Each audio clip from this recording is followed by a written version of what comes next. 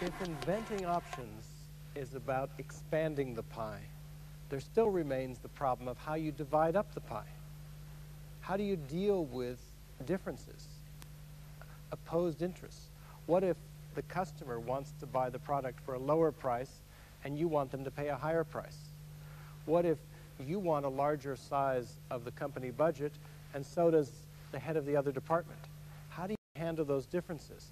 How we handle differences like that, how we divide up the pie, ends up having an enormous impact on our relationship and how we conduct the negotiation.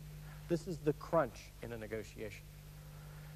Usually what happens all too often is people resolve differences on the basis of will and power. Who's stronger? Who's going to dig in more? Who's going to assert themselves more? Who's going to threaten more? And the costs of a contest of will like that can be enormous. Because what happens is the issue, the problem that you're trying to resolve, goes off the table. And what's on the table then is people's egos. And the question is, whose ego is going to win? People forget about interests. They're just focused on their positions. They're not inventing at all. And the real cost is one side or the other has to give in. And you won't like to give in if it's you, and they won't like to give in if it's them.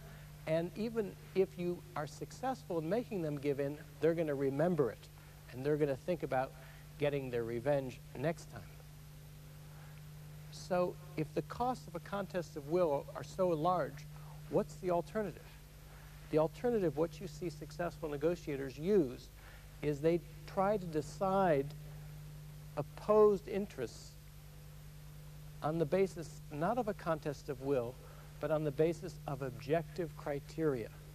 Objective criteria like, what's the market rate for the product? What are other people who are doing the same job, what are they paid? What about scientific judgment?